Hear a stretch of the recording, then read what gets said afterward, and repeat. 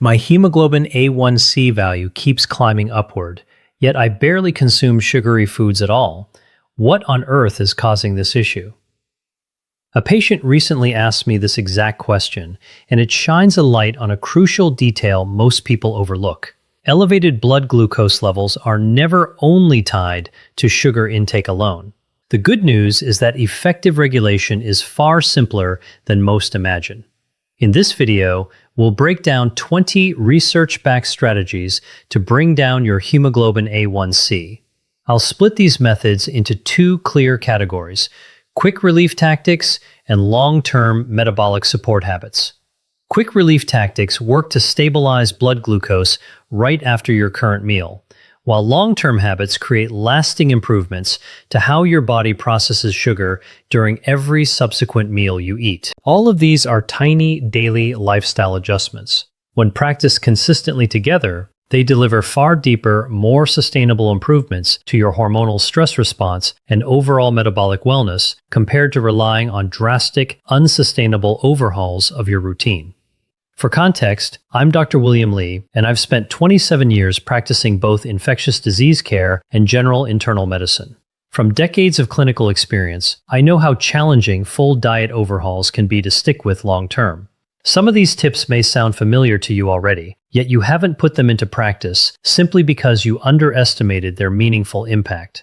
Each small habit carries modest individual benefits, but combined as a whole, they can noticeably improve your blood sugar management with measurable shifts seen in as little as 24 hours. A critical safety reminder: if you take prescription medications to control blood glucose, always consult your personal healthcare provider before making any major dietary changes on your own. Abrupt drops in blood sugar can pose severe health risks. Before diving into the full list of actionable tips, we first need to cover an essential foundational concept: what hemoglobin A1C actually is and exactly what measurement it delivers. Without fully grasping this core detail, you may fall into a common trap: achieving a normal A1C reading while your bodily insulin resistance steadily worsens, even with reduced circulating insulin levels. Let's unpack the science behind HbA1c step by step. Hemoglobin A1c is the full term abbreviated as HbA1c. Hemoglobin is a protein housed inside every red blood cell, tasked with transporting oxygen to every tissue across your body. An important biological note: red blood cells lack mitochondria, which limits how much glucose they burn for their own internal energy needs. This design is intentional, so the cells can prioritize delivering oxygen to the rest of your bodily systems instead of consuming fuel for themselves. When glucose circulates freely in your bloodstream, it easily passes through the outer membrane of red blood cells, and a portion of this sugar permanently binds to hemoglobin proteins. This bonding process is known as glycation, a chemical reaction comparable to the browning effect we see when foods caramelize under heat. If your baseline blood glucose remains persistently high, newly produced red blood cells will also undergo glycation, accumulating bound sugar molecules over time. Here is the key takeaway: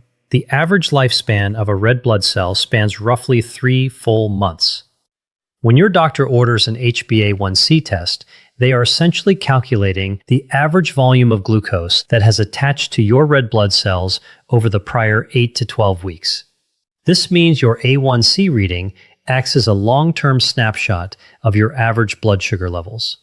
Temporary spikes and dips in glucose that only happen right after eating typically won't push your A1C reading upward unless you are eating frequent, small meals nonstop all day long.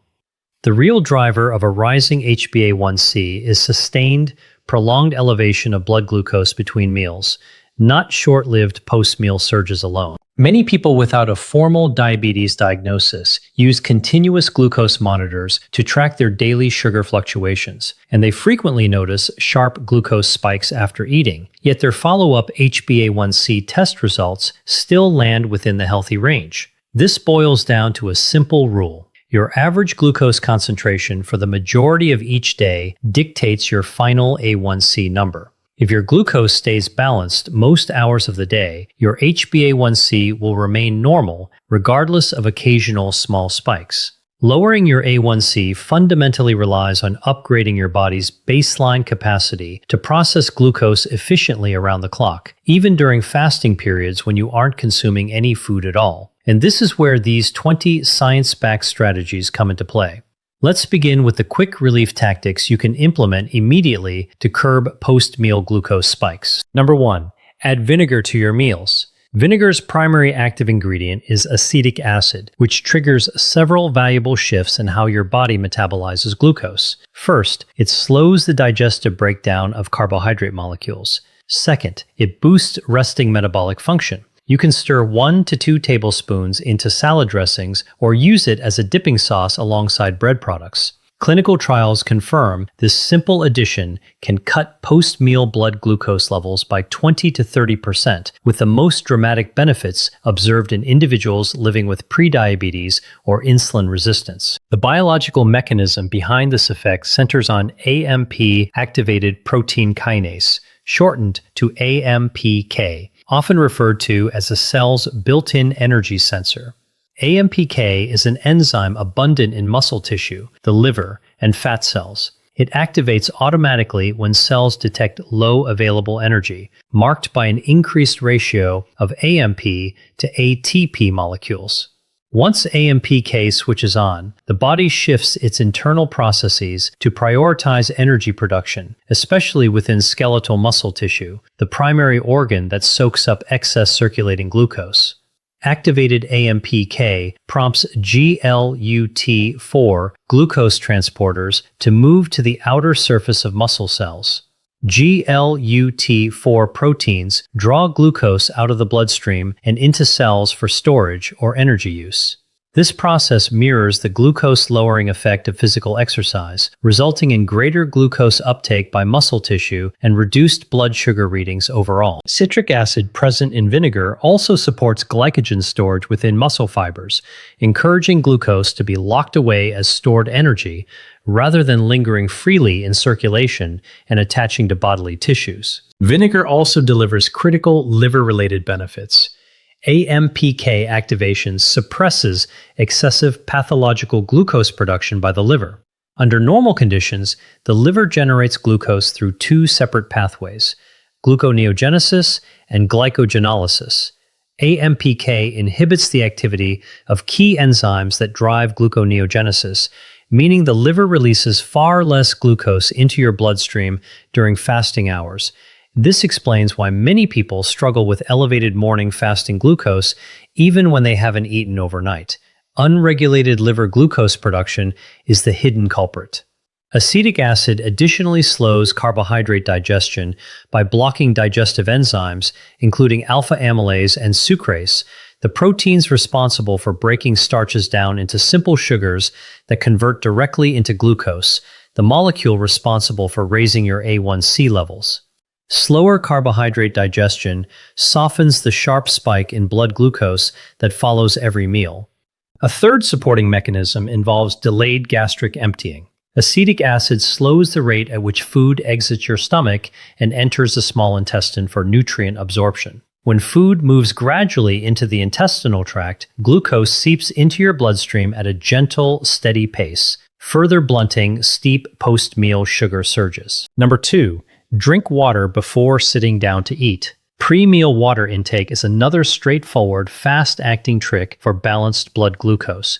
Feelings of thirst are frequently misinterpreted as hunger signals. Proper hydration supports kidney function, which plays a vital role in regulating circulating glucose concentrations. Most people fail to consume adequate water throughout their daily routine, and full hydration is a non-negotiable requirement for optimal glucose metabolism. Water also triggers natural satiety signals that reduce overeating. Drinking 1 or 2 full glasses of plain water prior to meals stabilizes your appetite and prevents excessive food intake. Stick to unflavored, pure water and double-check all fruit drinks and bottled juices to confirm they contain 0 added refined sugar. Avoid diet sodas and beverages sweetened with artificial sugar substitutes entirely. These products actively sabotage your efforts to lower HbA1c, and I will break down the science behind this later on. Number 3. Chew each bite of food slowly and thoroughly. Your caregivers have likely told you to eat slower since childhood, and there is solid biological reasoning behind this advice. Digestion initiates in the mouth. Thorough chewing stimulates saliva production and releases digestive enzymes that improve overall nutrient absorption. Occasional food cravings often stem from underlying micronutrient deficiencies that proper digestion helps resolve. More importantly, the physical act of slow chewing activates satiety hormones that signal your brain to register fullness sooner. Rapid eating floods your bloodstream with starches, fats, and simple sugars all at once, triggering harsh glucose spikes. Peer-reviewed studies recommend chewing each mouthful between 25 and 40 separate times. Individuals who take fewer than 15 chews per bite suppress the release of critical fullness signaling hormones, including GLP-1, peptide YY, and cholecystokinin. These chemical signals require roughly 15 to 20 minutes to fully reach your brain after eating begins.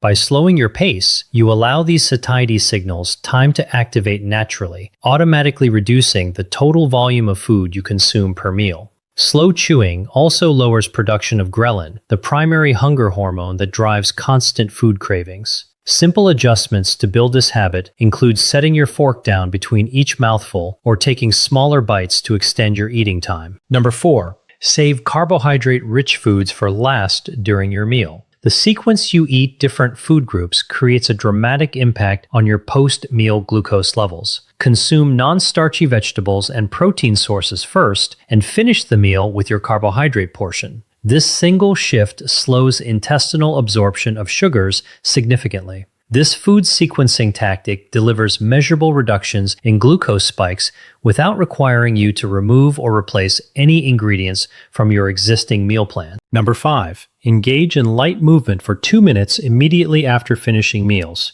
Brief post-meal physical activity drastically softens the glucose spike triggered by digestion. When muscle fibers contract, they pull glucose straight out of your bloodstream to burn for fuel, and this process requires minimal insulin to function effectively. Even 2 minutes of gentle movement, ideally 10 minutes of walking following each of your 3 daily meals, creates meaningful long-term improvements to postprandial glucose levels across all meals. Steady walking is the most beneficial form of light movement, as it engages large groups of leg and core muscle tissue. If walking isn't accessible for any reason, repetitive leg lifts performed while seated or lying down will also lower your blood sugar by activating those same major muscle groups. This gentle movement trick is equally valuable for people confined to bed rest, whether recovering in a hospital or resting at home. These 5 quick relief habits can be implemented starting today without requiring sweeping overhauls to your regular diet.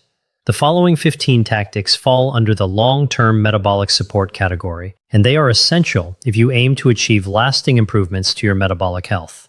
Lowering your HbA1c reading is only half the goal. True optimal wellness comes from simultaneously reducing both your A1c value and underlying insulin resistance. A low HbA1c paired with low circulating insulin levels does not guarantee freedom from insulin resistance, and I'll walk through clear examples to illustrate this critical distinction. For instance, individuals following strict ketogenic diets that eliminate nearly all carbohydrates often experience a massive sudden glucose surge and sharp insulin spike the very first time they eat carb-containing food again. This dramatic reaction is a definitive marker of insulin resistance.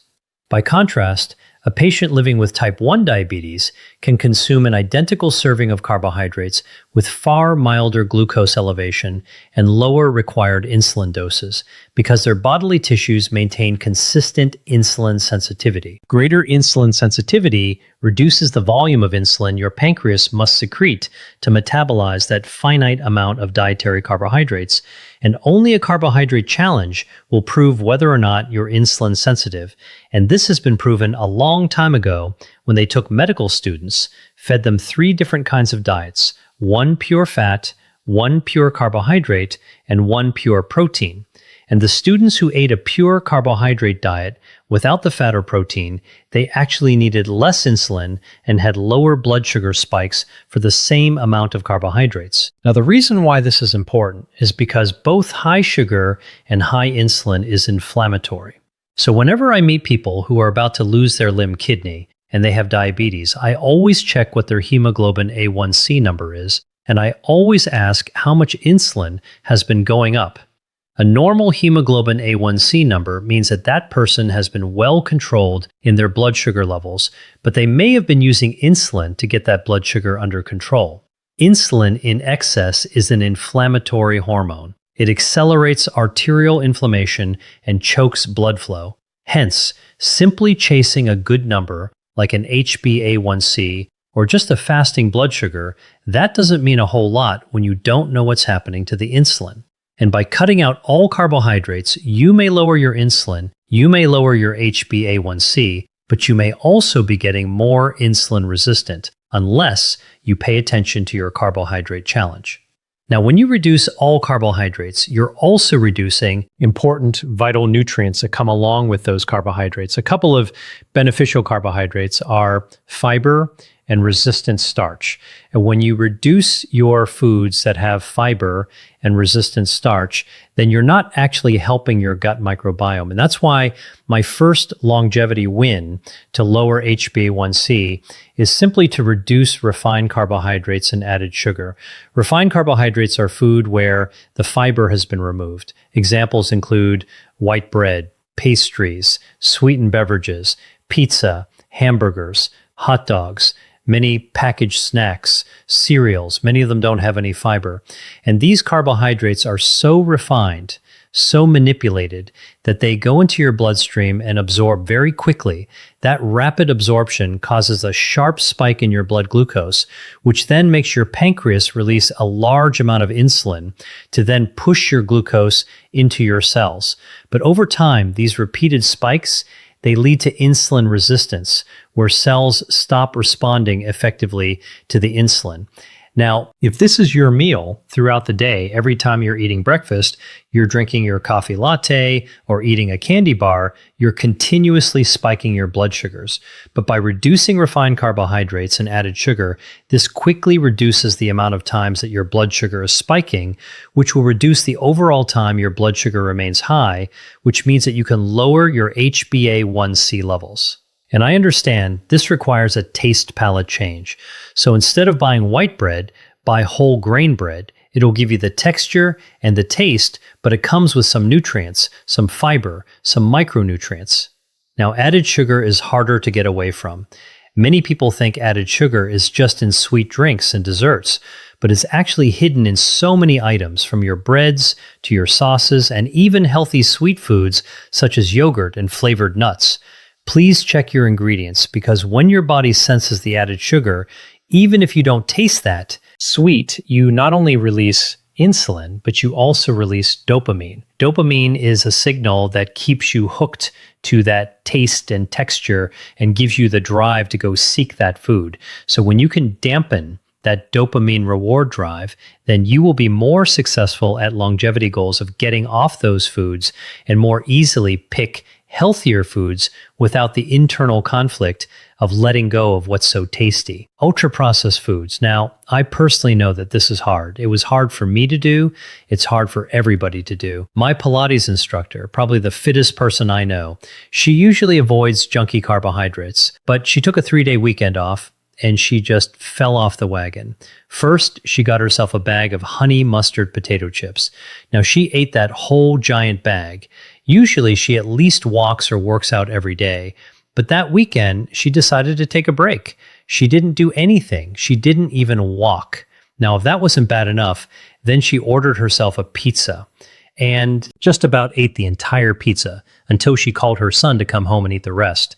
And on top of that, she bought herself 5 bags of popcorn to binge eat while she binge watched TV. And then she was craving for something sweet, so she bought herself oatmeal cookies and she ate the whole box, all 8 of them. So after 3 days, she got on the scale, she gained 4 pounds. And the thing is, it's not all fat. She actually is retaining water, and she could even see it in her legs. Hi friends, I am so thrilled that you want to take charge of your health and take charge of your food.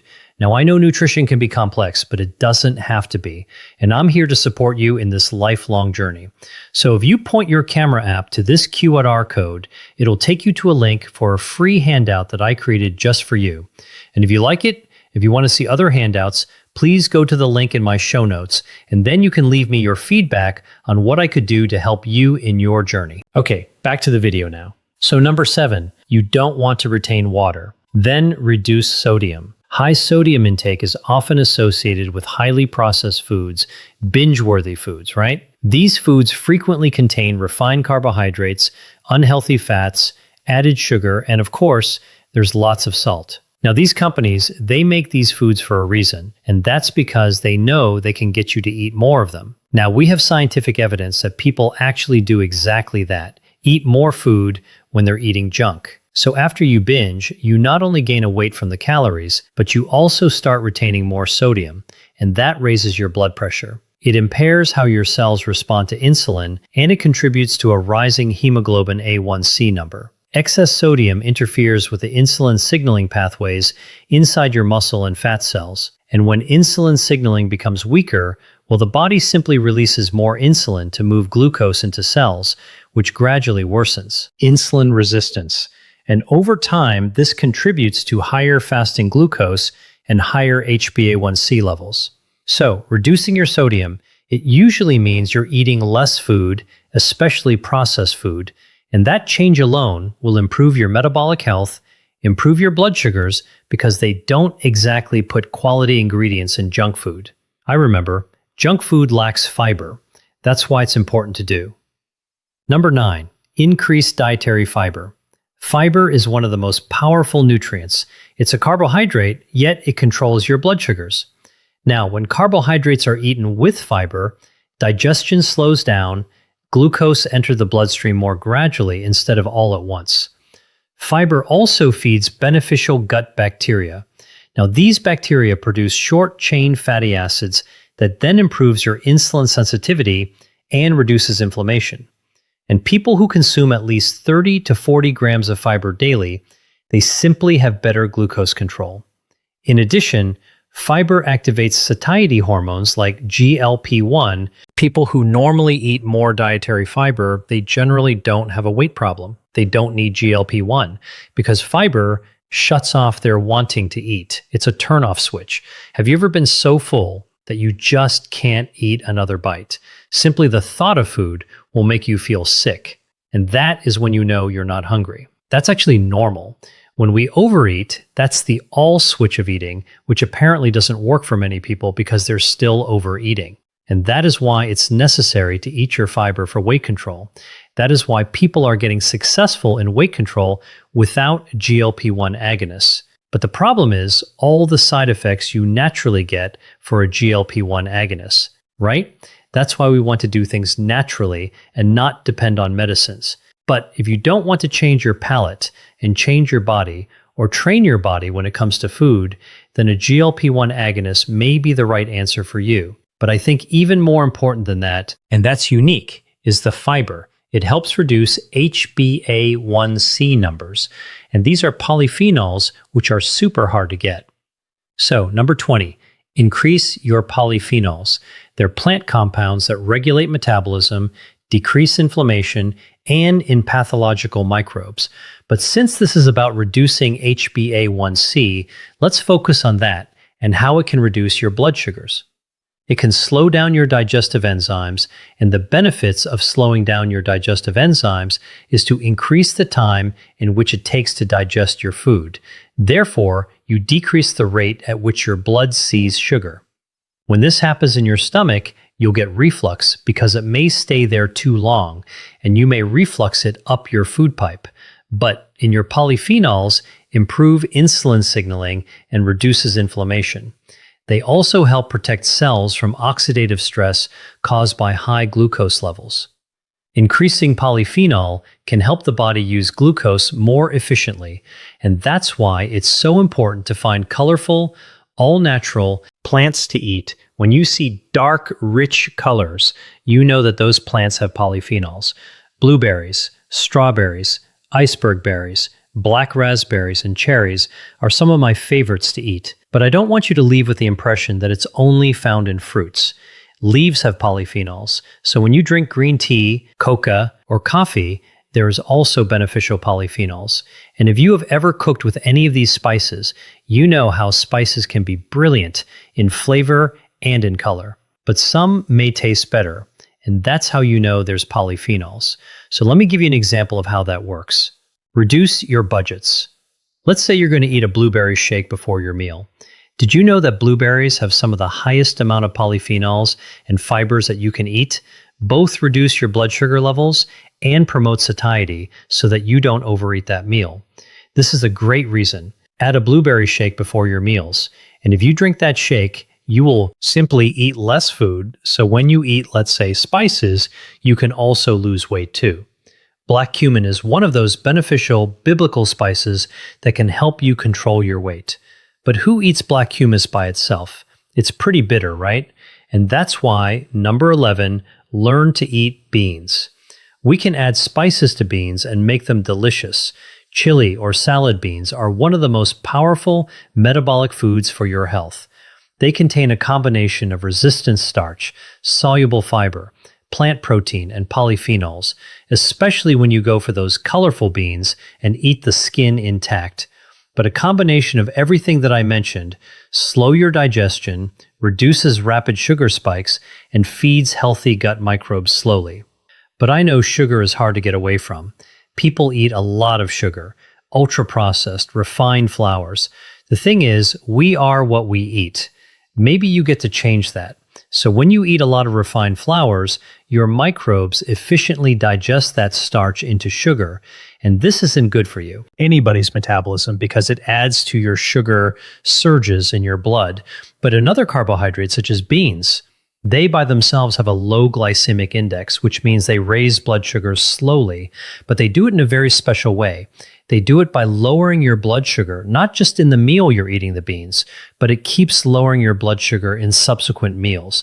And this is definitely one of those longevity wins. So regular consumption of beans has been shown in multiple studies to lower HbA1c in people with or without diabetes.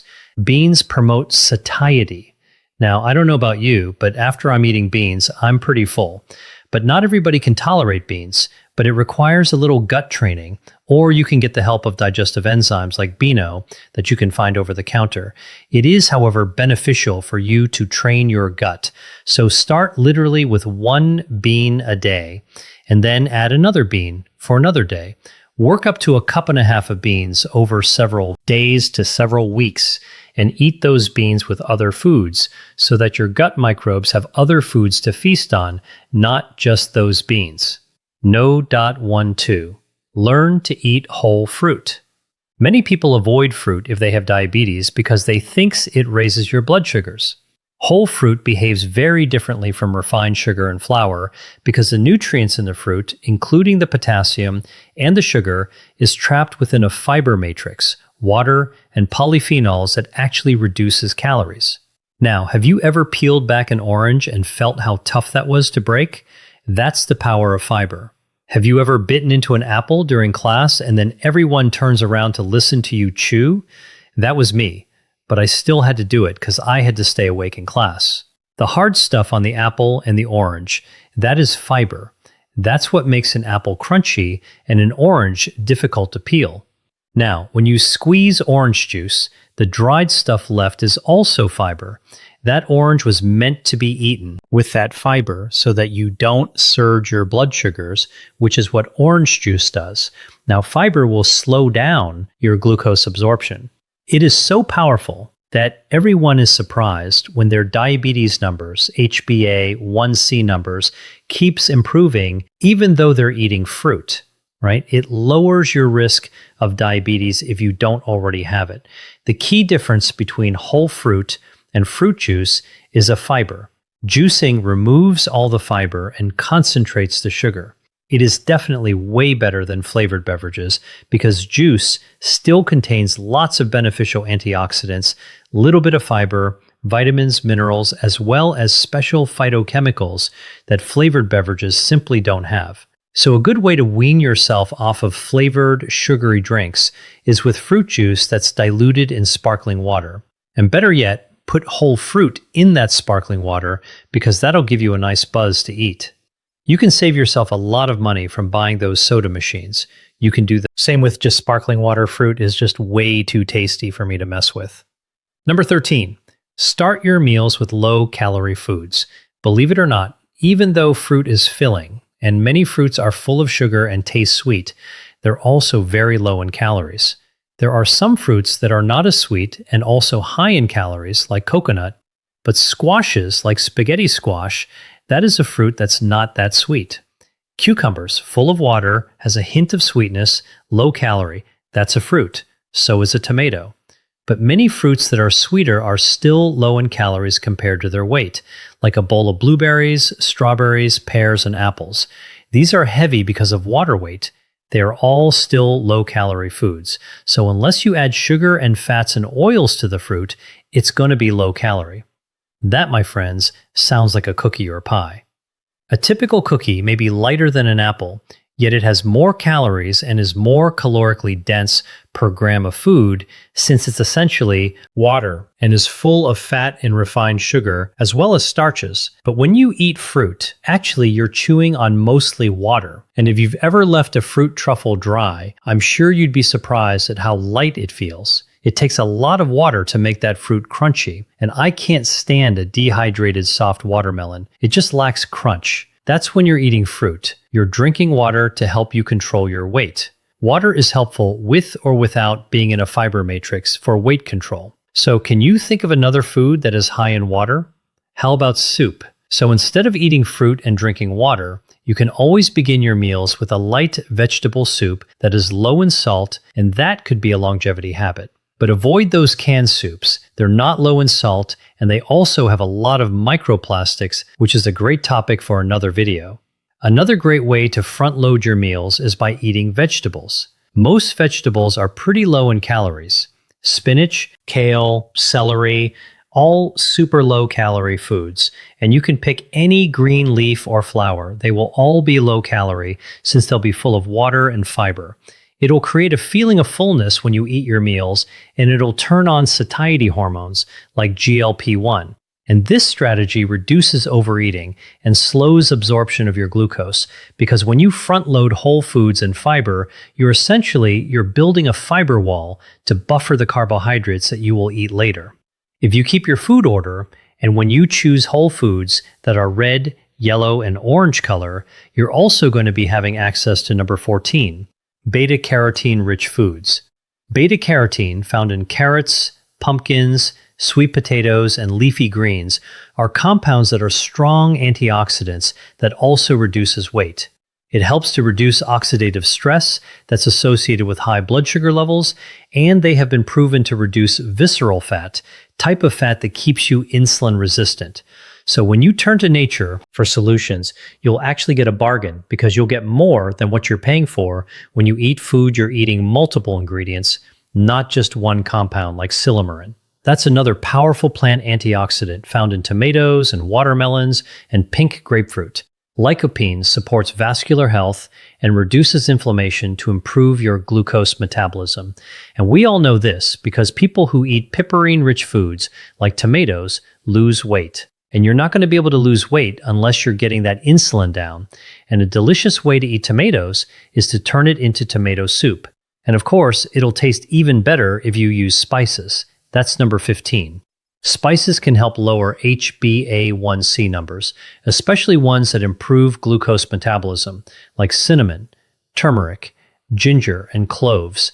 They've been studied for their effects on blood sugar. Now, these compounds improve insulin sensitivity and reduce inflammation. So adding spices to your meals is just an easy way to flavor those low-calorie fruits and vegetables, as well as your carbohydrates to support your metabolic health without really adding any calories in addition. They help to buffer the vasoconstrictive effects of inflammatory foods like, let's say, your hamburgers and hot dogs, and I'm sure you're eating them for protein. Well, how about number 16? Add some nuts. Good source of healthy fats, protein, and fiber. Meals that contain both fiber and protein, they digest more slowly. This slows down glucose absorption and stabilizes your blood sugar levels to reduce your HbA1c. Protein also stimulates hormones that promote, and when meals contain whole foods that are naturally high in both fiber and protein, your glucose curves are smaller and more gradual. Number 17 is to stop eating 3 hours before your bedtime at night.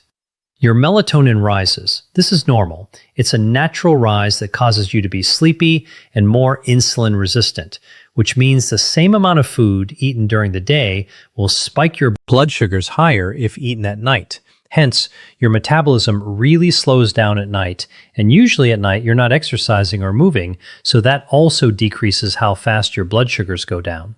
And in fact, when you're sleeping, your muscles get paralyzed, which keeps your glucose in your blood. And number 18, when you do number 15, then remember to do it with number 16. Eat within an 8 to 12 hour window. Time-restricted eating can improve insulin sensitivity, and limiting your meals to an 8 to 12 hour window gives the body time to rest its metabolism. Now, lower insulin levels during fasting periods will help improve your metabolic flexibility. By the way, how many hours do you sleep? Did you know that getting enough sleep also increases your insulin sensitivity? And likewise, not getting enough sleep makes you more insulin resistant. So number 19, sleep 7 hours. Or 8 hours sleep is critical to glucose regulation. Sleep deprivation increases your insulin resistance. It raises your cortisol level, which increases your sugars and then increases your HbA1c. And you and I, we both have lots of days when we don't sleep. Have you noticed you're seeking more junky carbohydrate foods the next day? Consistency is the key, folks. 7 to 8 hours sleeps will support your metabolic health, helping you feel better, to make better choices, to have more energy to do the hard work that we all need to do. Unfortunately, there's just no other way to do it, and that is also true for your muscle. Number 20, build your muscle. Your muscles need to move. That's the only way to build muscles. Your muscles are your largest glucose-absorbing tissues that can fully lower your HbA1c within minutes. The more muscles you have, the more glucose your body can absorb in your muscles to store as glycogen. You can't grow more muscles, but you can make them bigger through resistance training, which improves your insulin sensitivity. Do movements that work. Big muscle groups like squats, leg lifts, and knee highs. These can be your movements for 2 minutes after every meal, or you can even extend it to 10 minutes. And that's another reason why you got to focus on food quality to keep your muscles healthy. If you want to learn more about that, watch next video.